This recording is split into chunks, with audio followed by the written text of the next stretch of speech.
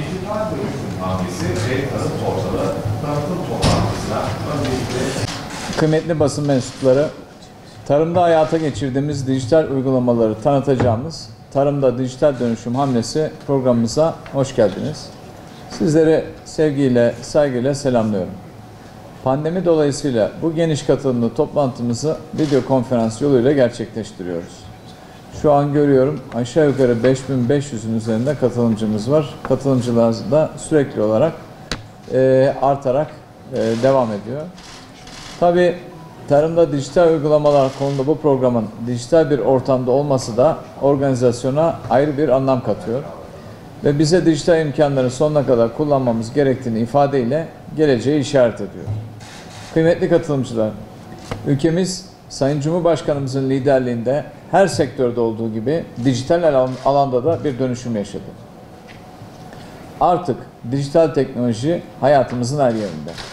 20 yılda 5.4 kat artışla 81 milyona ulaşan cep telefonlarımızda, 76 milyonu geçen internet bağlantılarımızda, 200 gramlık bir cep telefonuyla yüzlerce işi parmaklarımızın ucunda saniyeler içerisinde çözüyoruz.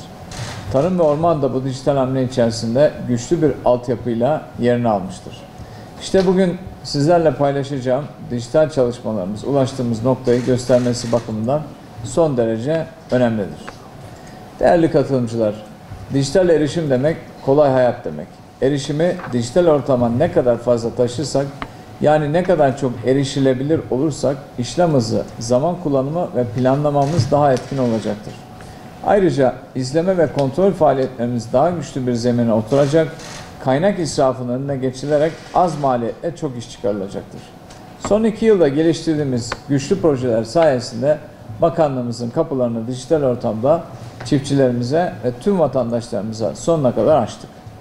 Artık çiftçimiz köyünde parmaklarının ucunda en çok ihtiyacı olan hizmetlere dijital olarak rahatlıkla ulaşabilecek.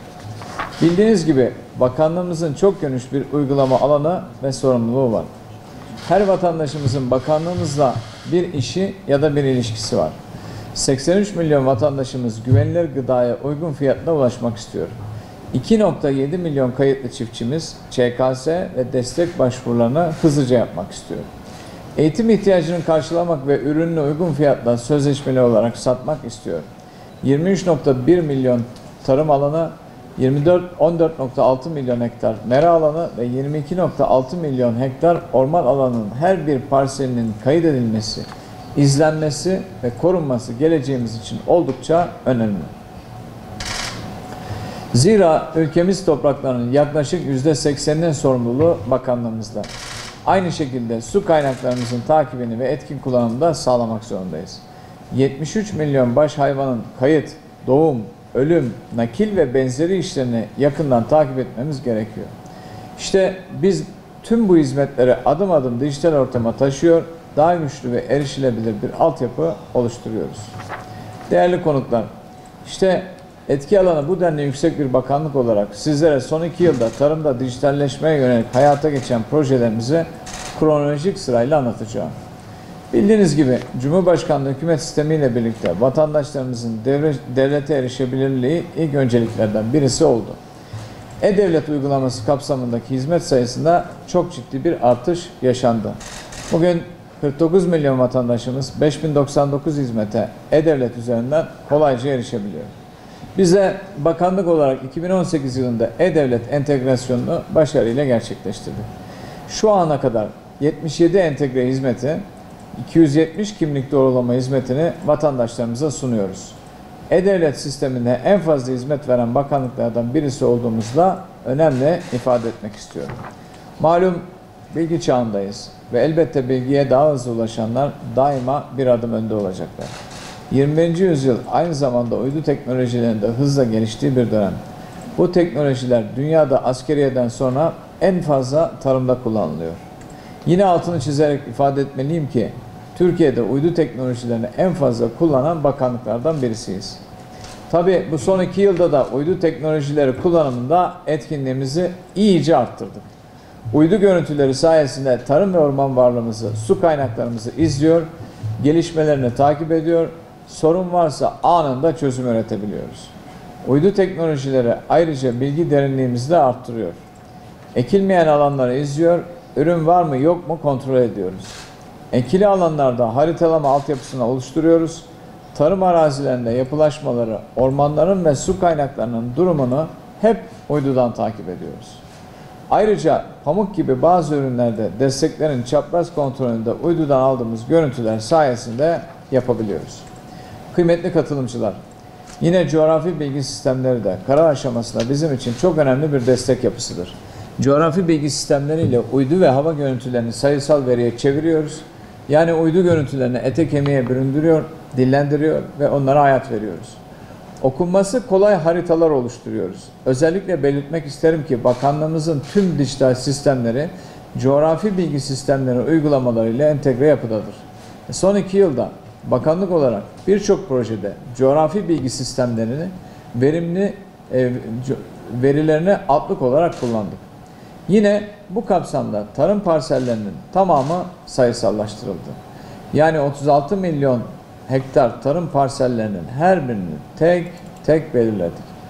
Ulusal ölçekte sayısal toprak haritaları oluşturuldu.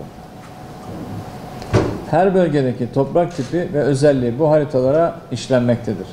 Bu anlamda pamuk gibi birçok üründe de ekim alanlarını daha net tespit edebiliyoruz. Üzerinde önemli durmamız gereken bir diğer konu da e-çiftçi portali. Bakanlık olarak e-çiftçi portalini 2019 Şubat ayında hayata geçirdik. Böylece tüm üreticiler işletmesindeki tüm bilgilere cep telefonu ya da bilgisayarlarıyla kolay ulaşabiliyor ve işlemini yapabiliyor. Peki bunu nasıl yapıyor? e-çiftçi.tarbil.gov.tr veya e-devlet kapısı üzerinden sisteme giriyor. TC kimlik numarasından kayıtlı tüm tarım arazi bilgilerine ada ve parsel bazına ulaşıyor. Parsellerdeki kayıtlı ürün bilgilerini görüyor, kulak küpesiyle kayıtlı hayvanların yaş, ırkı, cinsiyet bilgilerine hızlıca ulaşıyor. Ayrıca yetiştiricimiz büyükbaş ve küçükbaş hayvanlarının doğum, ölüm, hastalık ve satış durumlarını sisteme girerek aynı anda bakanlığa bildiriyor. Hayvan pasaportunu yani iller arası nakil işlemlerini de buradan yapabiliyor. Yani kilometrelerce yol kat etmeden, vaktini harcamadan köyünde veya kasabasında tüm bilgilerine birkaç dakika içinde ulaşabiliyor. Kıymetli misafirler, Tarım Arazileri Yönetim Portalı'nda 2019 sonunda hizmete sunduk. Bu sistem ülkemizde tapu işlemleriyle ilgili en büyük yazılım entegrasyonlarından birisidir. Bildiğiniz gibi tarım arazilerinin devir işlemleri için vatandaşımızın önce tapu müdürlerine giderek işlem başlatması gerekiyor. Devrin olması için de tarım arazisinin yeterli büyüklüğe ve ekonomik değere sahip olması gerekiyor. Bu durum tarım arazilerinin bölünmesini önleyen, mevzuatta yer alan önemli bir husustur. Eğer belirlenen sınırın altında ise devir işlemine izin verilmiyor. Sırf bu işlem için vatandaşımız ilçe müdürlüğümüze gelerek önce kontrolleri yaptırıyor ve uygunsa onay alıyor. İşte tüm bu git gel süreci vatandaşın ortalama 4-5 gününü alıyordu. Tarım Arazileri Yönetim Portalı sayesinde ise vatandaşımız sadece tapu müdürlüğüne giderek 24 saatin altında online olarak bu cevabı alıyor ve işlemini bu çerçevede yapabiliyor. Bugüne kadar 6 aylık sürede 80 bin işlemi bu sistem üzerinden yaptık. Malum olduğu üzere şeker pancarı ülkemizde 100 binden fazla çiftçimiz tarafından 3,1 milyon dekar alanında üretilen önemli bir ürün. Bu yıl hayata geçirdiğimiz pancar kayıt sistemi ile şeker pancarının tohumdan başlayarak şeker fabrikasına teslimine kadar olan tüm süreçleri çiftçi bazında bu sisteme giriyoruz. Tarlaya atılan tohumun cinsine, kullanılan gübre miktarına, ilaç tipine, hasat durumuna kadar tüm işlemleri izliyor ve kontrol ediyoruz. Ayrıca uydu görüntüleriyle bu sisteme entegre ederek ekim alanı bilgilerini doğruluyor, münavebenin takibini yapıyor ve pancar söküm durumunu da takip edebiliyoruz. Değerli misafirler, geçen yıl pek çoğunuzun da katkısı ve katılımıyla Sayın Cumhurbaşkanımızın talimatlarıyla 15 yıl aradan sonra Tarım Orman Şurası'nı gerçekleştirdik. Şura kapsamında odak noktalardan birisi de tarımda dijitalleşmeydi. Ocak ayında açıkladığımız eylem planı çerçevesinde ara vermeden çalışmalara başladık ve 2020 yılını tarımda dijitalleşme yılı olarak ilan ettik. Böylece bütün dijital imkanlarımızla pandemi sürecine rağmen birçok önemli projeyi hayata geçirdik. Yine bu yıl ülkemiz tarımı adına tam anlamıyla dijital bir devrime imza attık. Nisan ayında Şura Eylem Planı'nda yer alan ve geleceğin tarımına yön verecek bir dijital sistemi DİTAP'ı, Dijital Tarım Pazarı'nı uygulamaya aldık. Tabii DİTAP sadece üretici ve tüketiciyi buluşturan bir dijital platform değil. Arkasında sözleşmeli üretim başta olmak üzere üretim maliyetlerinin düşmesi, fiyat istikrarının sağlanması, aracı unsurların kaldırılması, üreticinin pazar gücünün artması, finansman olanaklarının artırılması gibi tarıma değer katacak birçok faktör var. Bu arada güzel haber, DİTAP'taki üye sayısı 3 ayda 28 bini, toplam ciroda 100 milyonu geçti. Hayırlı uğurlu olsun. Ayrıca şu anda DİTAP üzerinden sözleşmeli satışlar da yapılmaya başlandı. Örneğin Erzurum Olur ilçesinden İstanbul'a pekmez satışı yapıldı. Yine Kahramanmaraş Türkoğlu ilçesinden Ankara'daki bir turşu fabrikasına salatalık satışı yapıldı. İnşallah bunları da daha da arttırmak ve çeşitlendirmek istiyoruz. Kıymetli katılımcılar, dijitalleşme adımlarımız Mayıs ayında da yoğun bir şekilde devam etti. Dijital Tarım Orman Akademisi'ni çiftçimizin ve tüm vatandaşlarımızın hizmetine açtık. İlk dersini benim verdiğim Tarım Orman Akademisi'nde bugüne kadar 65 akademisyen ve uzman ders verdi. Bu kapsamda oluşturduğumuz Dijital Tarım Kütüphanesi'nde de merak ettiğiniz binlerce kitaba ulaşabilir, uzman kadromuzca hazırlanan onlarca videodan, özellikle de interaktif derslerden hepiniz istifade edebilirsiniz. Bu vesileyle sizleri de Tarım Orman Akademimize davet ediyorum. Bildiğiniz gibi TÜRKVET, sığır, koyun ve keçilerin kayıt altına alındığı bir sistem. Temmuz ayı başında da TÜRKVET sistemini mobile taşıdık. Bu yeni mobil uygulamayla yetiştiricilerimiz il ilçe müdürlüklerine gitmeden hayvanlarına ait kayıtları cep telefonlarıyla takip edebilecek. Ayrıca sahada çalışan bakanlık personelimiz de bilgisayara ihtiyaç duymadan her bir hayvan için her türlü veriye kolayca ulaşabilecektir. Kıymetli katılımcılar, sizlere bağlı kurumlarımızın dijitalleşme yönündeki adımlarından da kısaca bahsetmek istiyorum. Zira bakanlığımızın birçok birimi artık işlemlerini dijital ortama taşıyor. Örneğin besicilerimiz et süt kurumumuzdan hayvan kesimi için randevularını e-devlet üzerinden dijital olarak sorgulayabiliyor. Meteoroloji Genel Müdürlüğümüzde 65 otomatik gözlem istasyonu ve 100 taşınabilir havaalanı gözlem sistemiyle güçlendirdik. Ve 4,8 milyon çiftçimize de meteorolojik uyarıları SMS olarak iletiyoruz. Orman Genel Müdürlüğümüzde orman ürünleri satışını e-satış portalı üzerinden yapmakta. Ayrıca orman koruma faaliyetlerinde İHA ve drone yanında foto kapanları da etkin olarak kullanıyoruz. Devlet Su İşleri tarafından su verilerinin web servisleri üzerinden paylaşılmasını sağlayacak olan Ulusal Su Bilgi Sistemi'nde İnşallah bu yıl içerisinde kullanıma açıyoruz. Yine Devlet Su İşleri kamulaştırma işlemlerinin tek sistem üzerinden elektronik ve mobil olarak yapılmasını sağlayan emlak ve kamulaştırma bilgi sisteminde Haziran ayında hizmete aldık. Kıymetli konuklar, orman yangınlarında etkin mücadele için yeni dijital sistemleri hizmete alıyoruz. Bu yıl İHA'ları yangınlarla mücadele için kullanmaya başladık. Ülkemizde askeri amaçlar dışında ilk kez orman yangınlarıyla mücadele için İHA kullanılıyor. Bir İHA ile anlık olarak 600 ila 800 bin hektarlık alanı, bir dakika içinde ise 3 ila 3,5 milyon hektarlık alanda tarayabiliyoruz. Böylece yangınları en hızlı şekilde tespit ederek bölgeye ulaşıyoruz. Orman yangınlarıyla mücadelede haberleşme sistemimizi güçlendirdik ve yangınsel haberleşme sistemini kurduk. Bu sistemle bas konuş cihazları ile telsiz sistemleri arasında bağlantı kuruluyor. Akıllı telefonlar ile telsiz sistemlerinin entegrasyonu sağlandı. Böylece yangın anında mobil telefonlarla hızlıca iletişime geçiyoruz. Sistemin testleri başladı ve inşallah 3 ay içerisinde tam olarak hizmete alacağız. Diğer bir çalışmamız ise navigasyon takip sistemi. Bu dijital sistem sayesinde Orman Genel Müdürlüğümüzün yangın söndürme ve hizmet araçları uydu üzerinden online takip edilecek. Yangın olduğunda o bölgeye söndürme araçlarının en hızlı, en etkin şekilde yönlendirilmesi sağlanacak. Sistemin denemeleri başladı ve 2 ay içerisinde de hizmete almayı planlıyoruz. Değerli katılımcılar, şu ana kadar sizlere anlattığım dijital sistemlere bugün önemli bir parça daha ekliyoruz ve e-Tarım portali uygulamasını hayata geçiriyoruz. Konuşmamın başında da belirttiğim gibi bakanlığımızın kapılarını çiftçimize, vatandaşımıza sonuna kadar açıyoruz. Hem de köyüne, mahallesine, bahçesine, tarlasına götürerek açıyoruz. E-Tarım portali bakanlığımızın çiftçi, vatandaş ve firmalara yönelik tüm işlemlerini tek çatı altında toplayan online bir sistemdir.